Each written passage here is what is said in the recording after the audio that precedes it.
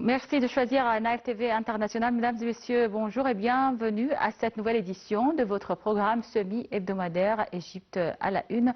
On va commencer tout de suite par le président Abdel Fattah el-Sisi et le président américain Donald Trump qui ont convenu samedi dernier lors d'un entretien téléphonique et de l'importance de mettre pleinement en œuvre les premières et deuxièmes phases de l'accord de cessez-le-feu à Gaza conclu entre Israël et le groupe palestinien Hamas et de la nécessité d'intensifier les envois d'aide humanitaire dans l'enclave palestinienne. Les détails donc dans ce compte-rendu signé Dalia Karam. Le président Abdel Fattah el-Sisi et son homologue américain Donald Trump ont convenu samedi lors d'un entretien téléphonique de la nécessité de consolider l'accord de cessez-le-feu à Gaza, a déclaré la présidence égyptienne. La Maison-Blanche a déclaré que les dirigeants avaient parlé du rôle important de l'Égypte dans la libération des otages de Gaza et que le président el-Sisi avait exprimé sa confiance dans la capacité de Trump à apporter la paix dans la région. L'Égypte a déclaré que les deux dirigeants ont eu un dialogue positif soulignant l'importance de mettre pleinement en œuvre la première et deuxième phase de l'accord de cessez-le-feu à Gaza conclu entre Israël et le groupe palestinien Hamas et de la nécessité d'intensifier les envois d'aide humanitaire dans l'enclave palestinienne. Le président al-Sisi a invité M. Trump à se rendre en Égypte dès que possible pour discuter des problèmes du Moyen-Orient. Les deux présidents ont également discuté de la nécessité de renforcer leurs liens économiques et les investissements américains en Égypte. La Maison-Blanche a déclaré que les deux présidents ont également discuté du grand barrage de la Renaissance éthiopienne, ce projet controversé auquel l'Égypte s'oppose depuis longtemps en raison de ses inquiétudes concernant son futur approvisionnement en eau du Nil. Cet appel téléphonique entre le président el-Sisi et son homologue américain a été l'occasion de discuter des enjeux cruciaux qui touchent l'Égypte et la région du Moyen-Orient.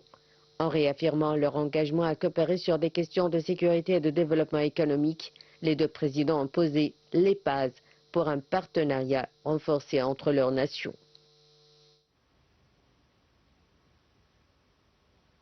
Alors, on continue avec ce reportage et le président Abdel Fattah el-Sisi qui rejette l'acte d'oppression après la proposition de Donald Trump de déplacer les habitants de Gaza vers l'Égypte. Ni Washington ni le Caire n'ont évoqué que les présidents el-Sisi et Trump avaient discuté de l'appel américain au transfert des Palestiniens vers l'Égypte et la Jordanie. Donald Trump a suggéré la semaine dernière aux pays arabes d'accueillir des réfugiés palestiniens de la bande de Gaza déchirée par la guerre. Le président el-Sisi a déclaré dans ses premières remarques publiques mercredi, suite à l'appel de Trump, que l'Égypte ne participerait pas au déplacement des Palestiniens, quelques jours après que le président américain a suggéré ce déplacement. Les détails dans ce compte rendu.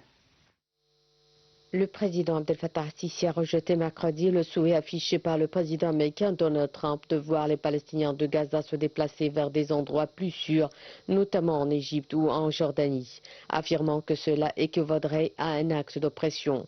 La déportation et le déplacement du peuple palestinien sont une injustice à laquelle l'Égypte ne pouvait pas participer, a affirmé le président el-Sisi lors d'une conférence de presse conjointe avec son homologue kényan William Ruto au Caire. Le président el-Sisi a déclaré que l'Égypte était déterminée à travailler avec M. Trump, qui souhaite parvenir à une paix fondée sur la solution à deux États. Il a ajouté qu'il pensait que le président Trump est capable d'atteindre cet objectif tant attendu de parvenir à une paix juste et permanente au Moyen-Orient. Mercredi, dans ses premières remarques publiques suite à l'appel de Trump au transfert des Palestiniens vers l'Égypte, le président el-Sisi a réitéré son avertissement selon lequel la guerre de Gaza était une tentative d'Israël de rendre la vie impossible dans l'enclave palestinienne en prélude à l'expulsion de sa population de 2,3 millions d'habitants. Le président el-Sisi a déclaré que si on lui demandait de déplacer des Palestiniens en Égypte, le peuple égyptien descendrait dans la rue pour dire non. Il a affirmé que déplacer ou expulser les Palestiniens hors de leur territoire est un acte d'oppression auquel l'Égypte ne pouvait en aucun cas participer. Le président el-Sisi a déclaré qu'il était inimaginable de s'écarter ou d'abandonner de quelque façon que ce soit les fondements de la position égyptienne sur la question palestinienne. rappelons, qui sont basés sur la création d'un État palestinien et la sauvegarde des piliers de cet État, en particulier de son peuple et de son territoire. Le président Al-Sisi a tenu à rassurer le peuple égyptien qu'il ne pouvait y avoir aucune indulgence ni tolérance envers toute atteinte à la sécurité nationale égyptienne. La solution et la solution à deux États, ce sont des droits historiques qui ne peuvent être ignorés, a affirmé le président Al-Sisi.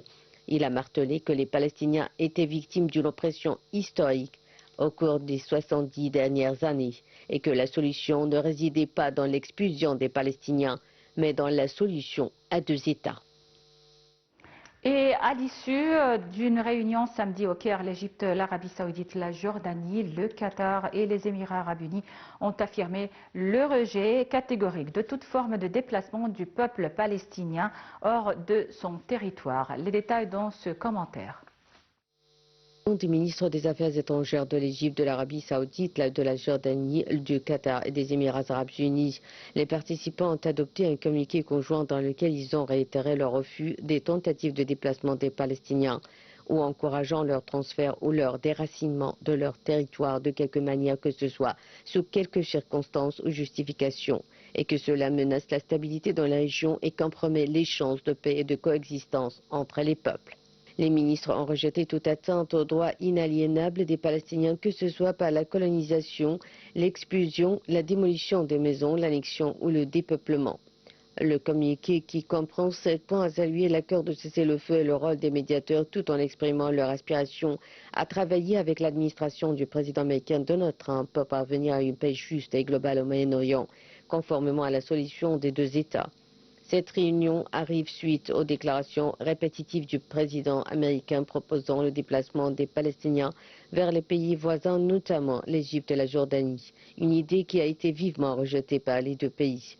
Les participants ont insisté sur le retrait complet des forces israéliennes et le rejet de toute tentative de diviser la bande de Gaza et sur le fait d'œuvrer pour permettre à l'autorité palestinienne d'assumer ses fonctions dans la bande de Gaza, car celle-ci fait partie du territoire palestinien occupé avec la Cisjordanie et Jérusalem-Est. Ils ont salué l'initiative de l'Égypte d'organiser en coopération avec les Nations Unies une conférence internationale pour la reconstruction de la bande de Gaza, appelant la communauté internationale et les donateurs à contribuer à cet effort. De même, ils ont demandé à la communauté internationale de mettre en œuvre la solution des deux États qui comprend un État palestinien sur l'ensemble de son territoire national et dans le contexte de l'unité de la bande de Gaza et de la Cisjordanie, y compris Jérusalem-Est, conformément à la légitimité internationale et aux lignes du 4 juin 1967. Les représentants des 6 pays ont aussi souligné l'importance du rôle de l'UNRWA et de leur rejet total de toute tentative visant à limiter son rôle 2 jours après qu'Israël ait rompu tous ses liens avec l'agence onusienne.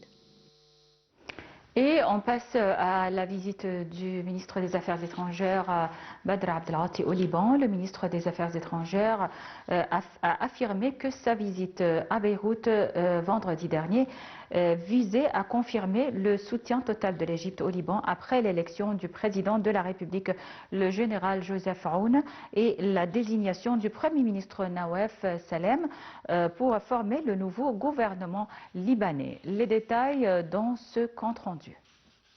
Le ministre libanais des Affaires étrangères et des immigrés Abdallah Bouhabib a rencontré le ministre égyptien des Affaires étrangères Badr Abdelghati ainsi que la délégation qui l'accompagnait lors d'un déjeuner de travail. Ils ont discuté du développement de la situation politique et sécuritaire au Liban et dans la région.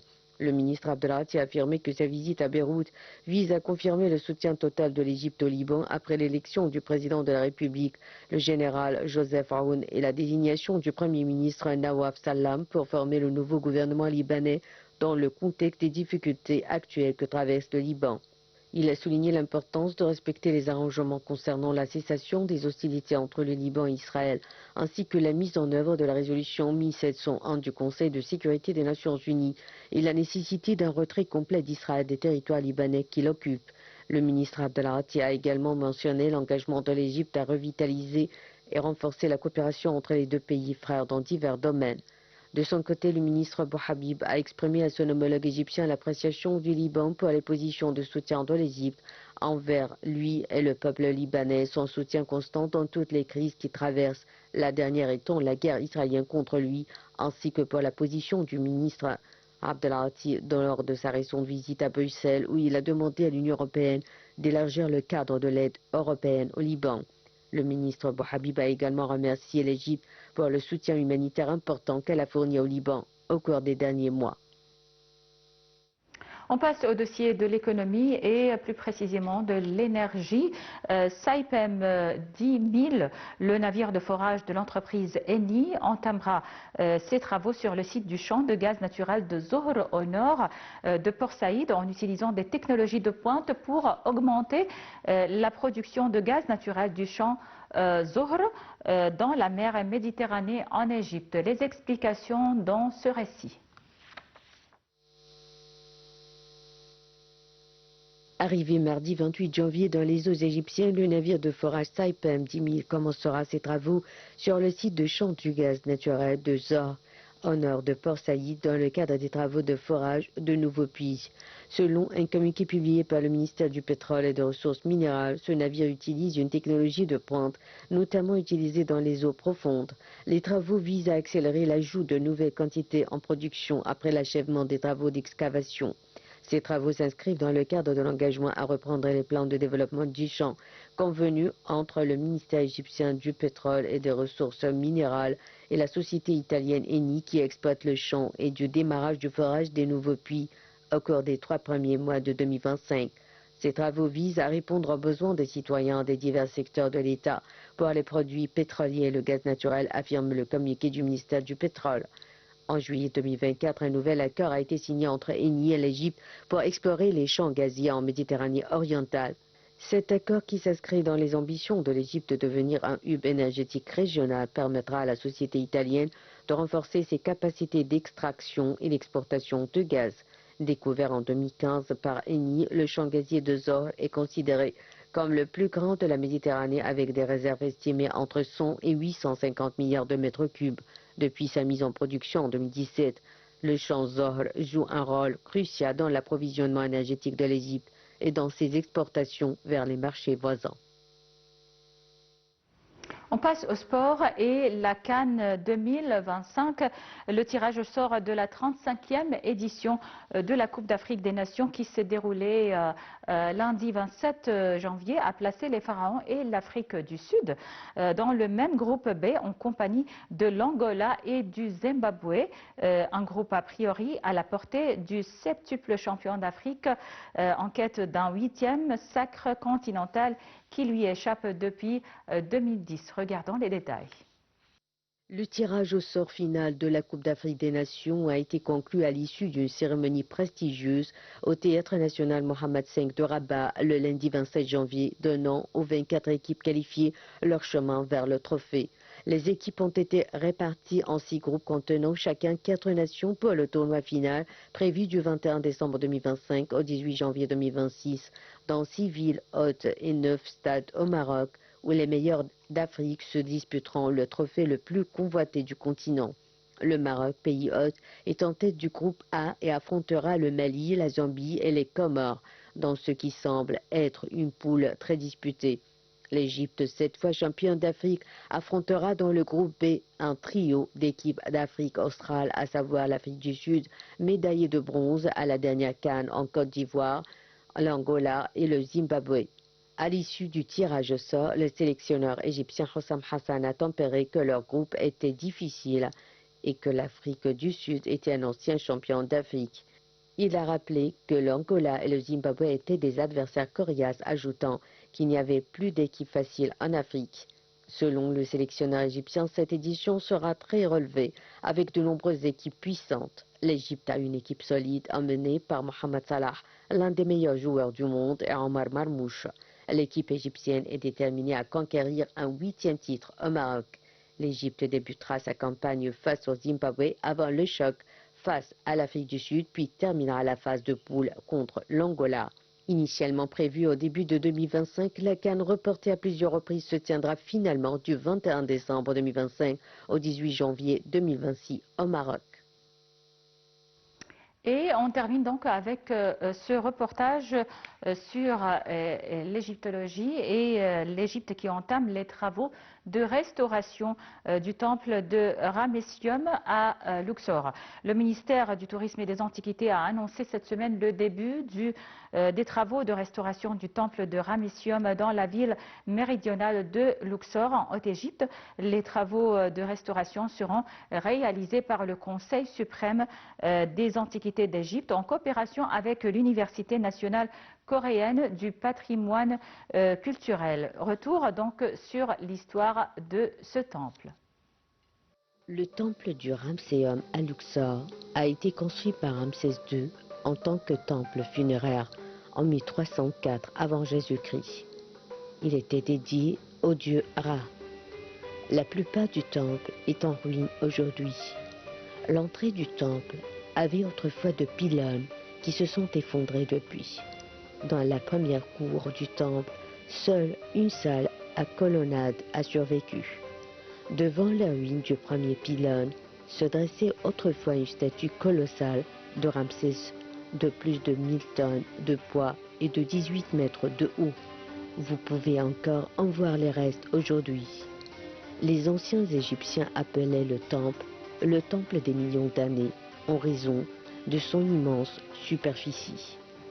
Les structures couvrent une incroyable 50 000 mètres carrés.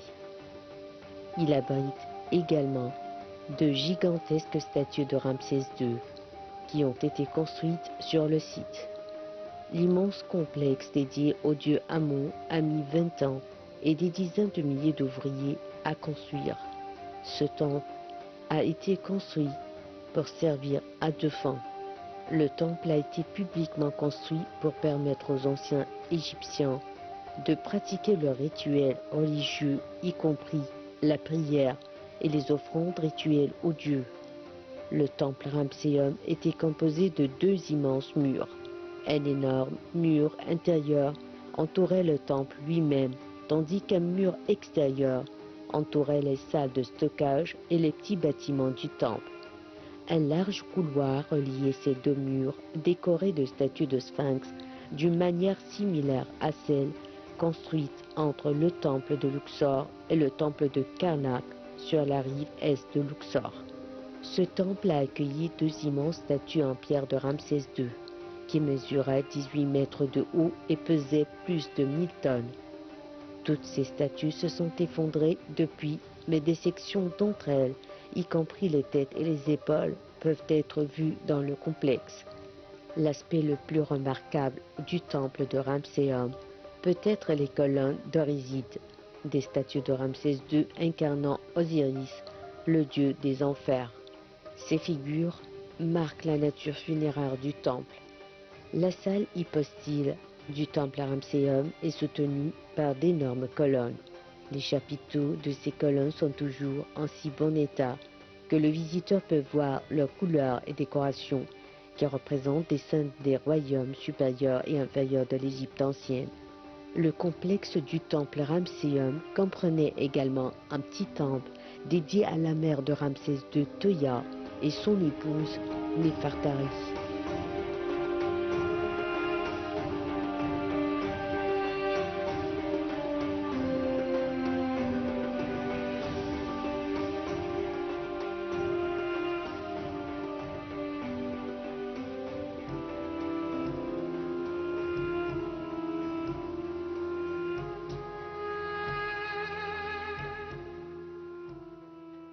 Et voilà donc avec ce reportage, on arrive à la fin de cette édition d'Égypte à la une. Merci pour votre attention. Je vous laisse donc avec la suite de nos programmes sur Nile TV International. Dans quelques instants, les émissions en langue anglaise prennent la relève. Merci et passez une excellente journée.